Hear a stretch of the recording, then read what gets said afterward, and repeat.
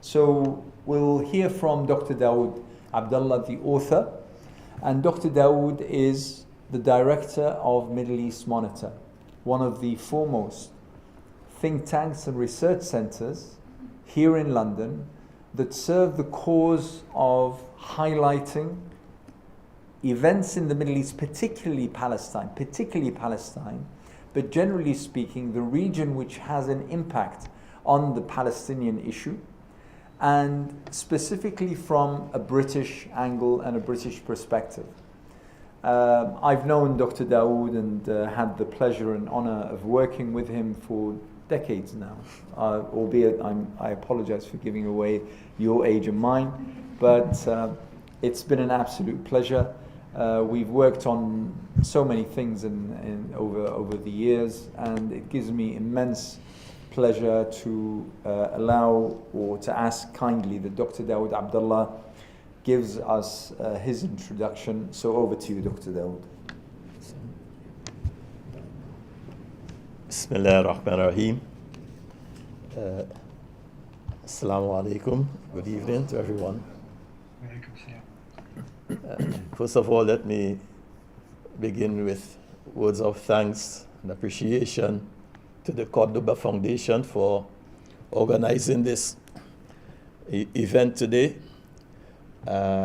particularly my dear friend and colleague, Dr. Abdullah Falik and Dr. Anas, for taking the initiative and suggesting that we, stage this event today. It was their initiative to do this, and I'm deeply appreciative and thankful for this. But let me also thank the speakers, Lee Jasper, who would not be with us, and also Dr. Abdullah Hakim Quick, another old friend and mentor. Perhaps the last time we met Dr. Abdullah Hakim was in South Africa. But I'm glad you are able to be with us today and to share your thoughts on the book. Of course, also I'd like to thank the volunteers and Hamza and Musab and Marwa, who came all the way from Oxford to help us. Now, the subject of slavery and rebellion and freedom in the Americas is one that Africans in the diaspora encounter from time to time in their lives. And the reason for this is because it defines their identity, their personalities, and their self. It explains why, you see, Africans in the diaspora, most of them, are unable to identify who their fourth grandfather was or their fifth grandfather. And this is unlike, other countries, other peoples in the Middle East and in Africa. They can trace their grandfathers many generations before. But the reason why, we have suffered this is because when we came, first of all, our fathers were brought to the Caribbean and the Americas. They were given the names of their masters, you see. So that's the first, disconnect with the past. They were given the names of the masters who owned the plantation. So if my master was Mr. Smith, I became Smith, John Smith. And so the name he came with, or the name that he was captured with when he was in the Senegambia or any part of West Africa, that name was lost. And then when he comes to the Americas, from time to time he may change. His owner may change. Mr. Smith may sell him on to Mr. Brown. And so Mr. Brown will give him his name. And so it became very difficult, almost impossible for individuals who've experienced this to identify who their roots, their forefathers. And that is the experience of people in the diaspora, not knowing, where they came from. And so the study for identity or of identity is crucial in the lives of people who were brought to these shores. Now, it is the rebellions, you see, which took place in the Americas. And when I say Americas, I mean North America, the United States, Central America, and South America, and the Caribbean, all of which, had slave plantations. Now, their history, the history of this region, is closely intertwined with Islam. And so the fact is, in my own case, even though I studied history at O level and A level in a former colony, this is my own experience now. I grew up in a British colony, you see. So we studied for O level and we studied for A level, but Islam was never part of the curriculum. We never knew anything about Islam until long after we left secondary schools. And that is if I may say, the tragedy, of not knowing self, not knowing one's history, not knowing one's identity and religion, and therefore a search had to be instigated or initiated to find out who you really are. Now, the first people who started this trade, in African people were the Portuguese.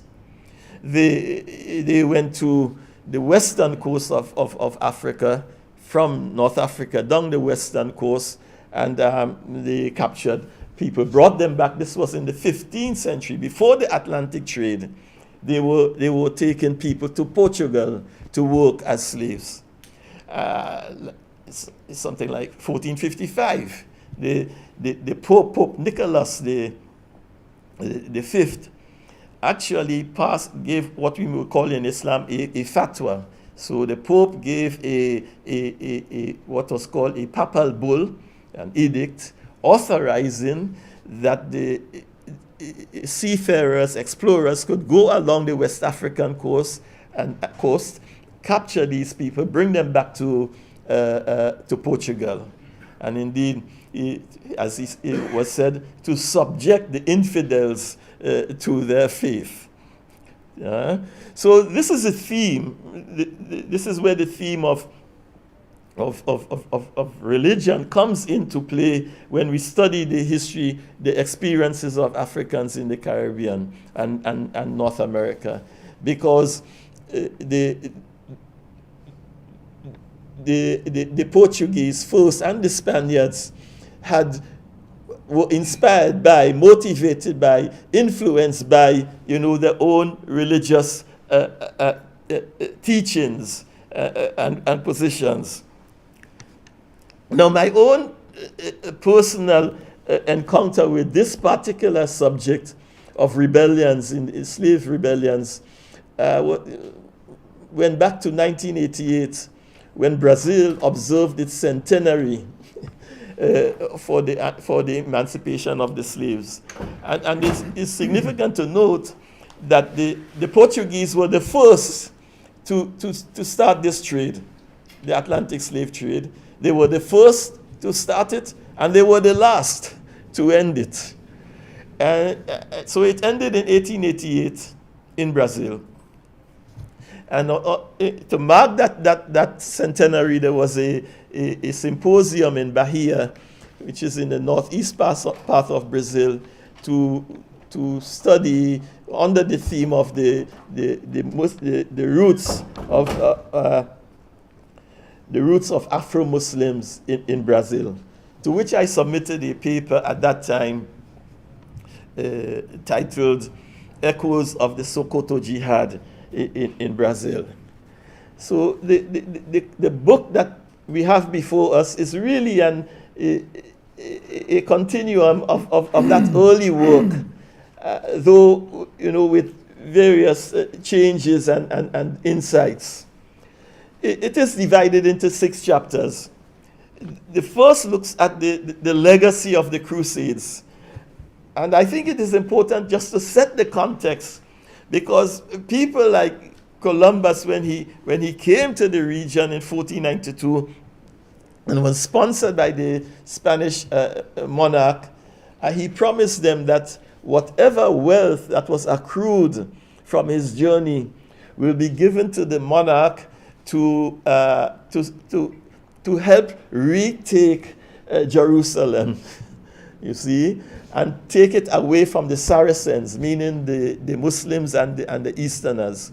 So in fact, he was not thinking of going to what is called the Caribbean. He wanted to go to India.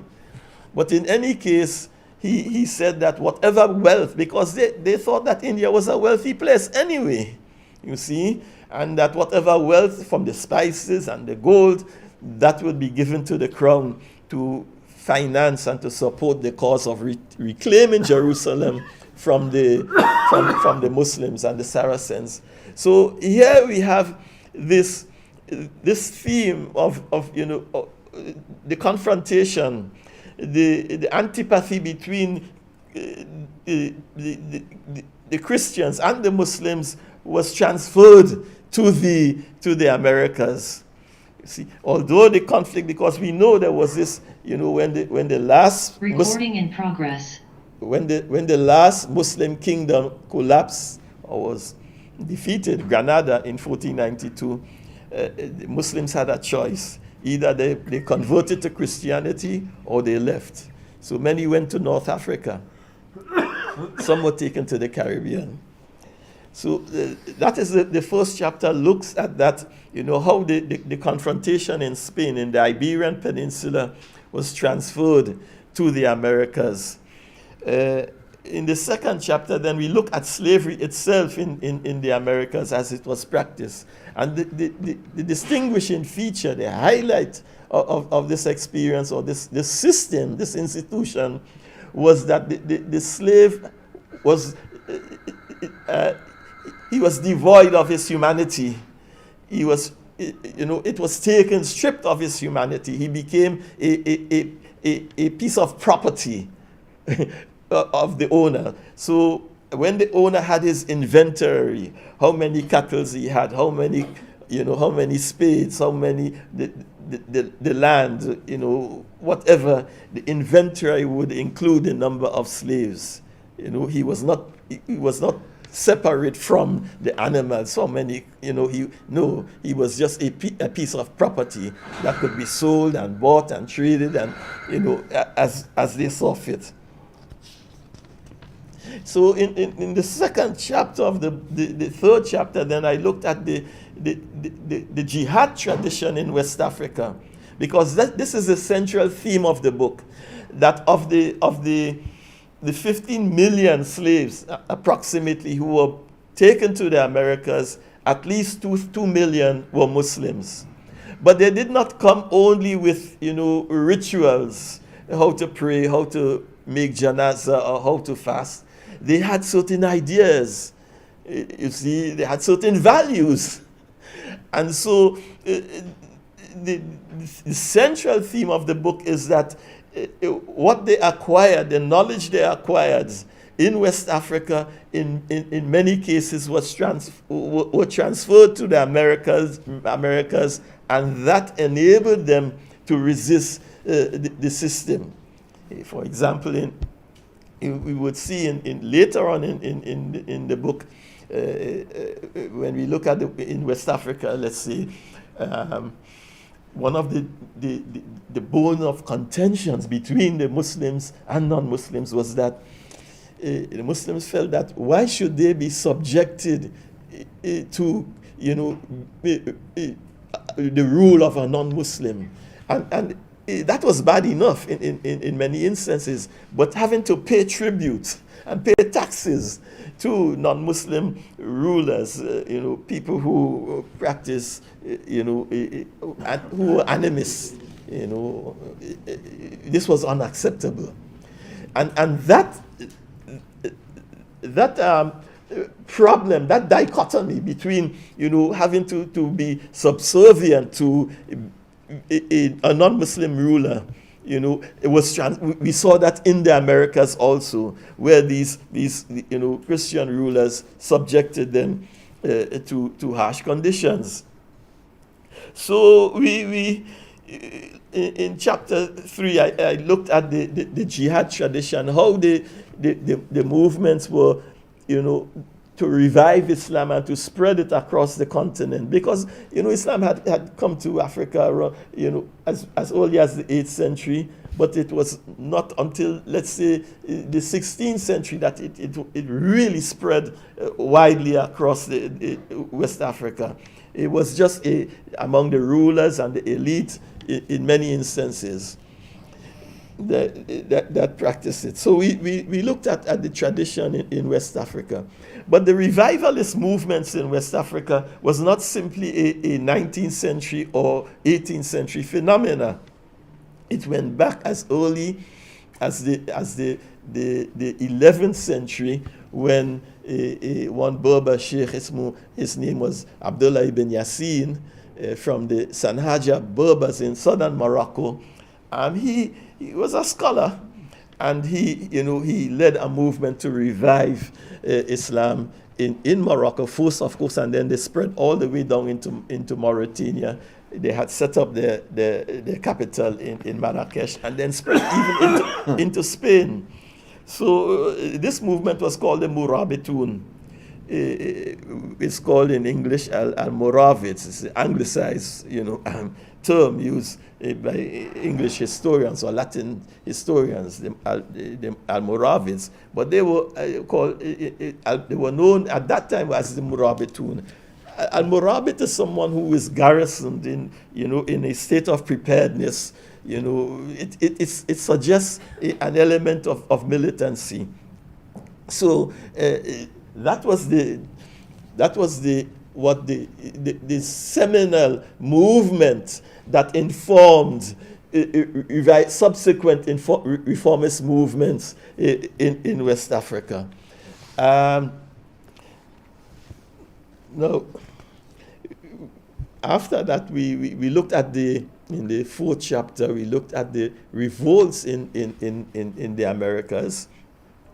There were several. I mean, these people, the nature of the system was that it denied not only their humanity, but of course their freedom was taken away from them. And so there was resistance to this institution that denied them of their freedom and denied them of their humanity. So from the very beginning, there was resistance. And the first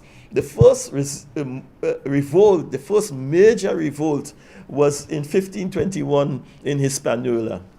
Hispaniola is today is called the Dominican Republic and Haiti, one island divided into two. That was where the first rebellion took place, and it was led by Wolof slaves who are predominantly from Senegal today. Now, the Spanish crown, in order to prevent this happening in future, suspended the importation of Muslim slaves or slaves from areas that was influenced by Islam. So the question of resistance started from the very beginning. So the book looks at, chapter 4 looks at the issue of resistance, and then I dealt with some of the major ones in Jamaica in 1831. That was called, various historians refer to it by different names. Afroz, Sultana Afroz, who was a historian from Bangladesh, teaching at the University of the West Indies, she had no doubt it was a jihad. other scholars called it the Baptist Rebellion, and others the Christmas Rebellion. And I should say, in passing, that the slaves always chose certain occasions to rebel, like Easter and Christmas, because those were the times when the masters would be celebrating and becoming drunk and so on. And so they waited for Christmas and Easter and those occasions to rebel. In any case, so that was in Jamaica in 1831, a major uprising. Then, of course, in Haiti and then Brazil. Brazil was where we had the major uprising in 1835. Jamaica, I should say that it was said that about 600,000 slaves participated in that uprising. 600,000 in Brazil and 60,000 in Jamaica. So we looked at those specific rebellions that took place. Haiti was another, and Cuba was another, where we had these uprisings. And of course, these were where we found clear Muslim participation. Arabic documents were found, you see, in the official records, in the newspapers, and so on. So that was in terms of the rebellions. Then we move on to, after the rebellion, in chapter 5 looks at the legacy, the aftermath of the rebellions. What happened? Was Islam totally suppressed? Well, not so indeed. There was an effort, there was a backlash in the sense that slaves were returned, Africans were sent back from Brazil. Those who were, didn't want to adhere to the rules of the institution, those who were most rebellious, those who were, convicted of participating, were returned to Africa. Some bought their freedom and paid for their repatriation to Africa. So that was the beginning of what we call the Back to Africa movement in the early 20th century. That was one of the legacies. But then we looked at other places, like in the southern part of the United States, you had the survival of a language called Gula in places like Georgia and South Carolina, where most of the Muslims had the largest concentration of Muslims, the Mandingas. A language, the Mande-speaking people developed a peculiar, unique language to themselves in that part of the United States called Gula. So, there were survivors, what we call cultural survivors, after the emancipation of the slaves. Another thing that we noticed in the United States, for example, was, particularly what we call the sea islands. Off the coast of Georgia and South Carolina, there are some islands where we had the Muslim influence. On Fridays, they used to make cake and distribute it as a form of charity. But because they believed rather, that Friday was the most virtuous day, of the week. And so, that evidently was a relic from the Islamic past. In other parts of the region, like in Trinidad and Grenada, we had something called saraka, whereby people would come together and help, their neighbor build a house or clear some land and so on, and then food would be distributed. But the word saraka comes from sadaqah. So you had these survivors throughout the region.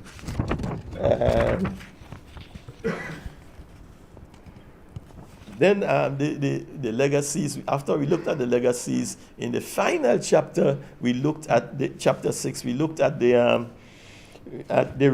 attempts to revive Islam in the Americas in the 20th century. So one of the most prominent and influential persons in this regard was a certain individual called Edward Blyden.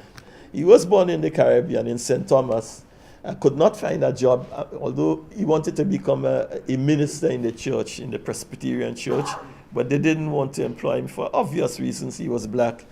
And so in the end, they told him to go to, they encouraged him to go to Liberia. Liberia was set up by the Americans in 1821. So he went to Liberia and began teaching. But Edward Blyden was a prolific writer, and he was very much impressed by what he saw of Islamic culture in Africa. Although he was a preacher, a minister in the church, and that the way he wrote, the things he wrote about Islam, people began to question whether this man was a Christian or a Muslim. And in 1886, he favorable or otherwise? Favorable. Favorable to Islam. Yes. Right. He wrote a book called Christianity, Islam, and the Negro Race. This is his major work. And in 1886, he submitted his resignation from the ministry. Wow. And that is why they thought he was, he had become a crypto-Muslim, as it were. Those who were in the Caribbean and the Americas, many of them were crypto-Muslims. So Edward Blyden made several trips to the United States, speaking about what he saw of Islam in West Africa. The significant thing about him is that by the turn of the century, there was a world conference in London. The first Pan-African conference was held in London, and he was one of those who worked to bring this about. He was working closely with another individual from Egypt called Muhammad Ali, who had edited, their newspaper, The Orient, in London.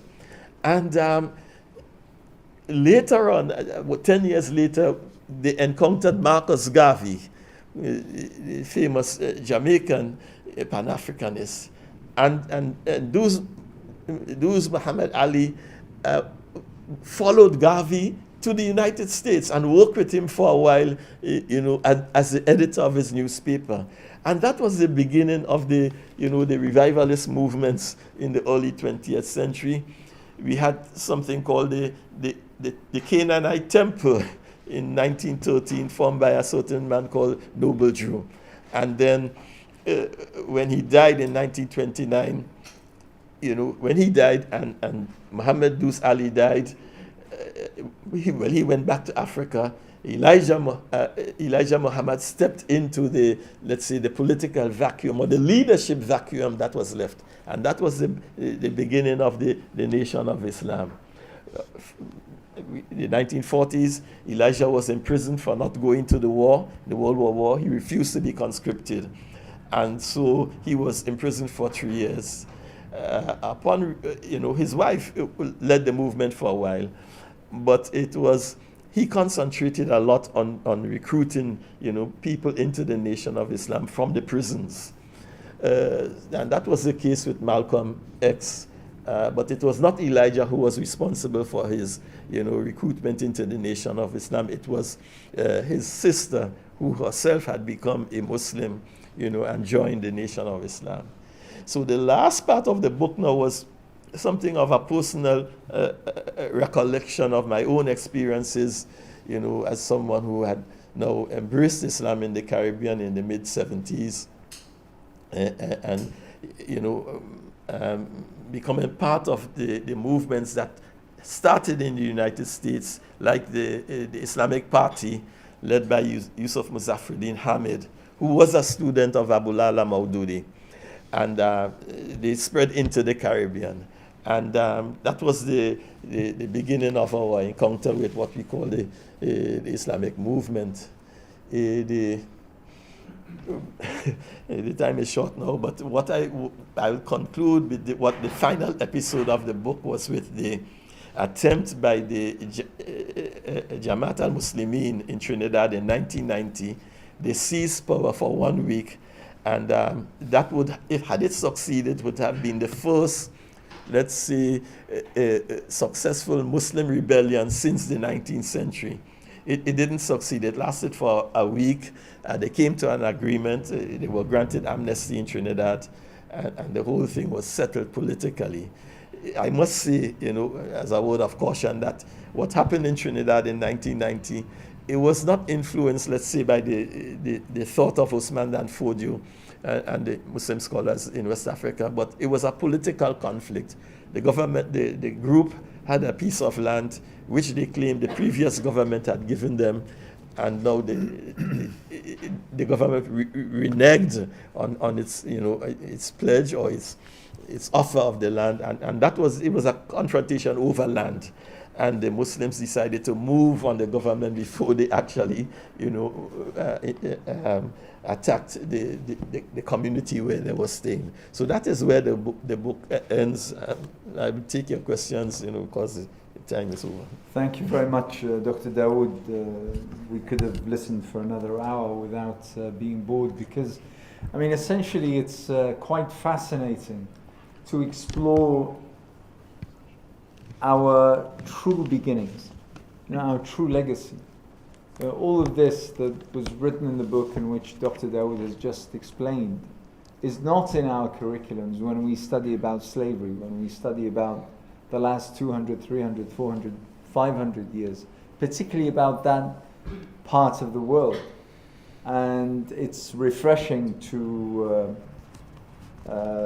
learn these quite important information about, the roots of what we call today Western civilization, and about our relationship, whether it be through race, or whether it be through religion, or whether it be through the quest for justice and freedom that those slaves attempted to pursue.